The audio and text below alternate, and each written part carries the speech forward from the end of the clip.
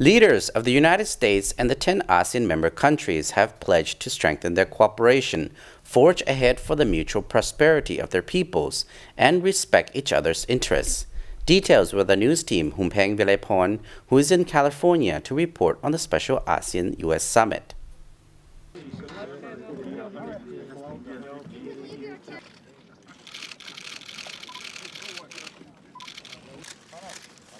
The leaders made the comment at their joint statement issued shortly after the two-day summit closed here on Tuesday local time. The first ever standalone special summit was co-chaired by U.S. President Barack Obama and President Choummly Sayasone of Laos, which chairs ASEAN this year. For 50 years, leaders and people across Southeast Asia have worked together through ASEAN to advance their mutual security, prosperity, and dignity. For decades, the United States has been a proud partner with ASEAN, and this summit has built on the unprecedented cooperation we forged over the past 7 years, as I described yesterday. This spirit, working together on behalf of mutual interests and mutual respect, guided our work over the past 2 days. And so I especially want to thank my fellow leaders from the ASEAN countries for being here, for their commitment, and for the progress that we've made together. President Obama said in a press conference held shortly after the summit that the gathering was a successful one. In their joint statement, the leaders committed to mutual respect for the sovereignty, territorial integrity, equality, and political independence of all nations by firmly upholding the principles and purposes of the Charter of the United Nations, the Asean Charter, and international law. One of my main messages over the past 2 days has been the commitment of the United States to ASEAN and its people. That commitment is and will remain strong and enduring. With our strategic partnership, we have a framework to guide our ties for decades to come. Here at Sunnylands, we agreed to a number of key principles, including the principle that ASEAN will continue to be central, in fact indispensable, to peace, prosperity, and progress in the Asia-Pacific. When ASEAN speaks with a clear, unified voice, it can help advance security, opportunity, and human dignity, not only for the more than 600 million people across ASEAN, but for people across the Asia-Pacific and around the world. And I'm pleased that here at this summit, ASEAN's strong voice allowed us to make progress on multiple fronts. They adhere to the importance of shared prosperity, sustainable, inclusive economic growth and development, and the nurturing of young people to sustain continued peace, development, and stability for mutual benefit. The leaders expressed mutual recognition of the importance of pursuing policies that lead to dynamic, open, and competitive economies.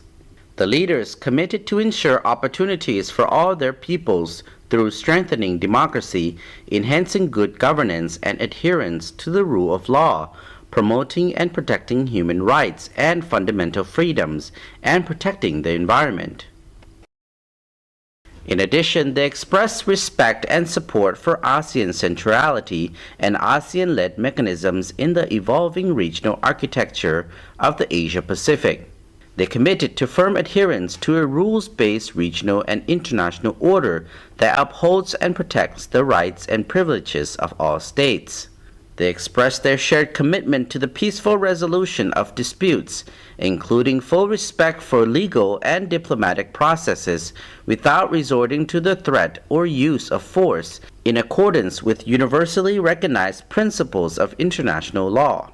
The leaders shared a commitment to maintain peace, security, and stability in the region, ensuring maritime security and safety, including the rights of freedom of navigation and overflight and other lawful uses of the seas. They expressed commitment to promote cooperation to address common challenges in the maritime domain, strong resolve to lead on global issues such as terrorism and violent extremism, trafficking in persons, drug trafficking, and illegal, unreported, and unregulated fishing, as well as illicit trafficking of wildlife and timber. In addition, they expressed a shared commitment to address climate change and implement individual countries' nationally determined contributions made under the Paris Climate Agreement.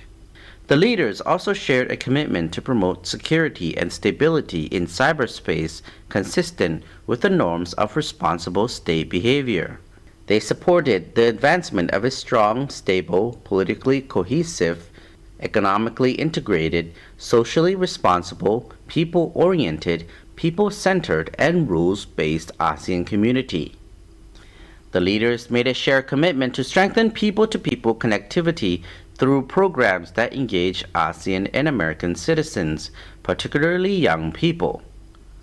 They shared a commitment to promote a global partnership for sustainable development and a commitment to enhance collaboration at the international and regional level to uphold existing ASEAN-led mechanisms. They also shared a commitment to continue political dialogue at the head of state's government level through leaders' attendance at the annual US-ASEAN Summit and the East Asia Summit. So to sum up, I believe this summit has put the U.S.-ASEAN partnership on a new trajectory that will carry us to even greater heights in the decades ahead. America's foreign policy rebalance to the Asia-Pacific, including Southeast Asia, will continue to be a foreign policy priority of my presidency. I look forward to visiting Vietnam for the first time in May and to becoming the first U.S. president to visit Laos when it hosts the East Asia Summit in September.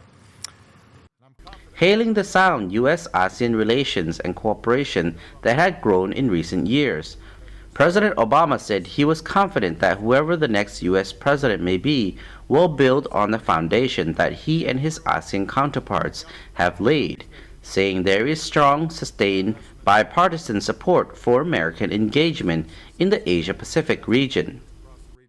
I believe will further bind us together in a spirit of partnership and friendship for many years to come.